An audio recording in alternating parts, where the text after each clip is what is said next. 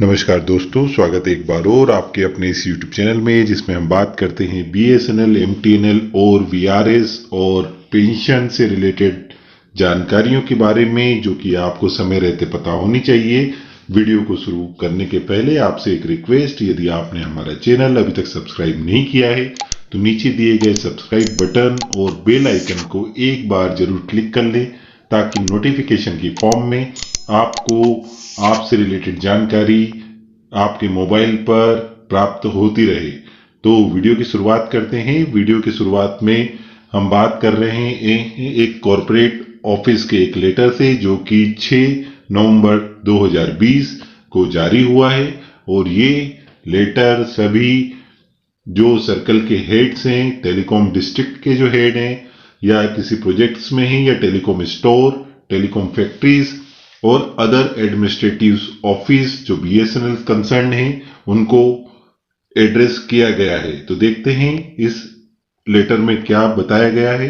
इसमें बात की गई है timely forwarding of pension paper two the respective PR, CCA और CCS रिगार्डिंग। जैसा कि दोस्तों आपको पता होगा कि बहुत से केसेस में जो कर्मचारी या अधिकारी रिटायर हो रहे हैं, उनके रिटायरमेंट के बाद भी उनका PPO जनरेट नहीं होता है, जिसमें कि बहुत टाइम लगता है, या फिर उनकी पेंशन या दूसरे जो उनके अलग दूसरे जो उनके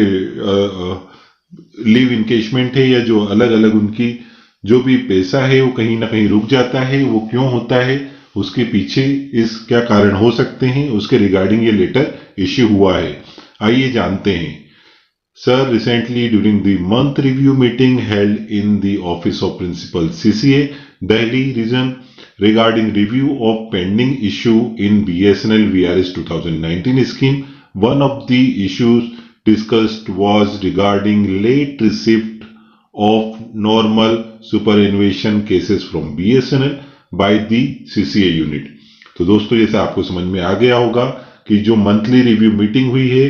प्रिंसिपल CCA दिल्ली में, उसमें ये देखने में आया है कि जो BSNL VRS 2019 में हुआ था, उसमें भी बहुत से केसेस लेट हो रहे हैं। और उसका कारण यह है कि उन कर्मचारी और अधिकारियों की जो डॉक्यूमेंट्स थे वो BSNL ऑफिस के द्वारा लेट CCA यूनिट को सबमिट किए गए हैं। In this regard, Principal CCA has desired that a step may be initiated to send the normal superannuation cases within the stipulated time so that pensioners are not aggravated by the delay। तो इसलिए जो CCA cell है वो चाह रही है कि जो कर्मचारी या अधिकारी रिटायर हो रहे हैं, उनके डॉक्यूमेंट समय रहते CCA को प्राप्त हो जाए और उसके कारण किसी तरह की परेशानी का सामना संबंधित कर्मचारी या अधिकारी को ना करना पड़े। अब बात करते हैं दूसरे पॉइंट की। इन दिस रिगार्ड इट में kindly be appreciated that timely settlement of terminal benefit is a responsibility, and any delay in payment of dues to the retiring employees may result in inviting grievance from them। इसमें उन्होंने clear कहा है कि यदि आप timely जो अधिकारी या कर्मचारी रिटायर हो रहे हैं उनकी डॉक्यूमेंट सबमिट करते हैं तो ये बहुत ही एप्रिसिएशन की बात होगी। परंतु देखने में ये आ रहा है कि यदि उसमें डिले होता है तो जो अधिकारी या कर्मचारी रिटायर होगा वो किसी न किसी तरह से अपनी शिकायत दर्ज करता है, जो कि आगे मुसीबत बनती है। In this regard, our telecom circle administrative unit cadre controlling authorities are requested to advise the official going to retire to submit their pension paper and related document at least 6 months before their respective due date of retirement। इसलिए यहाँ उन्होंने कहा है कि सभी telecom circles और administrative unit को या जो कंट्रोलिंग अथॉरिटी है उन्हें कि जो भी अधिकारी या कर्मचारी रिटायर होने वाला है वो अपने पेंशन पेपर कम से कम 6 महीने पहले अपने रिटायरमेंट के 6 महीने पहले रिस्पेक्टिव जो उससे रिलेटेड ऑफिस है उसमें जमा कर दे, so that the case could be properly well within the time before sending the same to the respective office of principal CCA।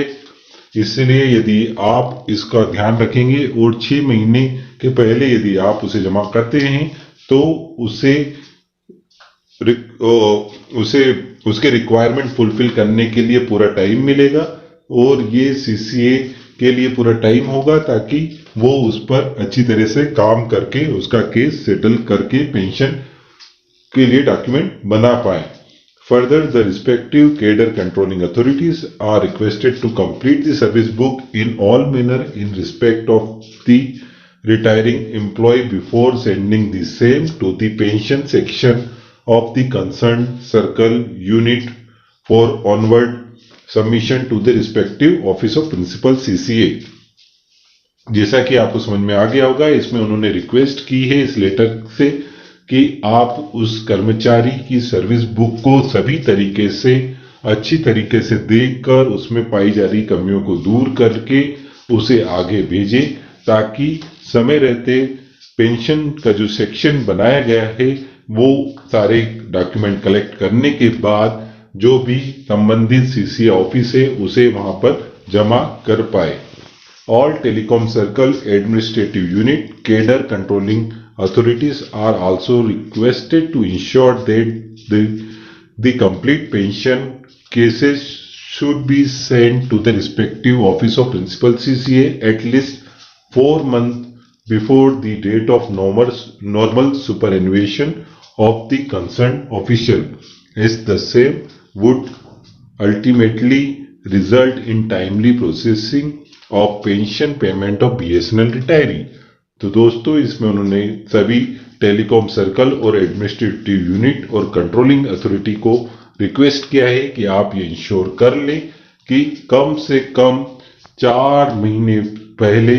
जो भी अधिकारी या कर्मचारी रिटायर हो रहा है उसके डॉक्यूमेंट, उसके रिटायरमेंट से रिलेटेड, पेंशन से रिलेटेड डॉक्यूमेंट सही तरह से जमा हो जाए जिसमें किसी भी तरह की कोई कमी ना हो ताकि उस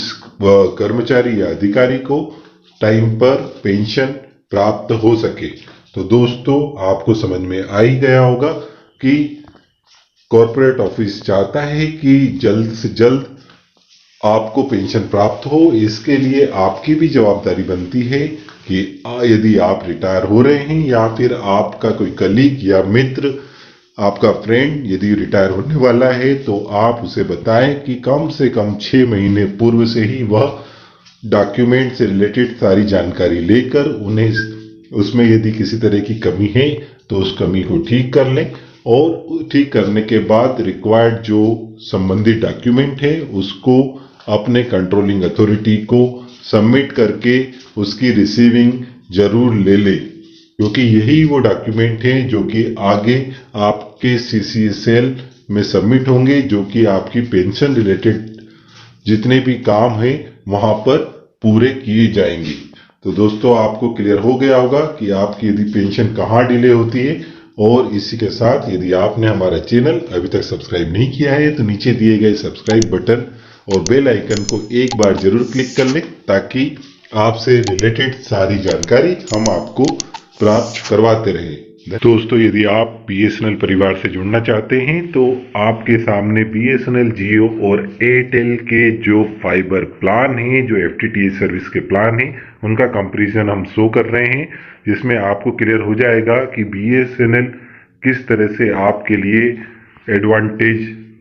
दे सकता है। इसमें बात करें BSNL के बेसिक प्लान के बारे में तो इसमें आप देख पा रहे होंगे कि फिक्स्ड मंथली चार्जेस 449 ही आपसे लिया जाएगा, जबकि जियो इसके लिए 399 और एयरटेल उसके लिए 499 रुपए चार्ज करता है। इसमें हम देखते हैं 449 रुपीज में आपको 3300 GB का डाटा मिलता है और सेम डाटा आपको जियो में भी मिलेगा। एयरटेल में कुछ थोड़ा सा ज्यादा 3333 GB मिलता है। बैंडविड्थ की बात करें तो BSNL 30 Mbps की स्पीड आपको देगा और यदि आप 3300 GB कंज्यूम कर जाते हैं तो उसके बाद वो 2 Mbps की स्पीड आपको देता रहेगा। जबकि जियो आपको 3300 GB कंज्यूम होने के बाद केवल 1 Mbps की स्पीड देगा, और इसी तरह से एयरटेल में भी है। अब बात करें फ्री कॉल की, फ्री कॉल तीनों ही ऑफर कर रहे हैं। जबकि आप देख पा रहे होंगे इंस्टॉलेशन चार्ज BSNL केवल 500 रुपये चार्ज कर रहा है, जबकि जियो 1000 रुपये, और जो एयरटेल है वो 1000 रुपये मंथली प्लान के लिए कर रहा है। यदि आप उसमें ज़्यादा मंथ के लिए सब्सक्राइब करते हैं तो वो आपको इंस्टॉलेशन फ्री कर सकता है। तो दोस्तों BSNL हमेशा आपके साथ है, तो आप BSNL परिवार का हिस्सा जरूर बने।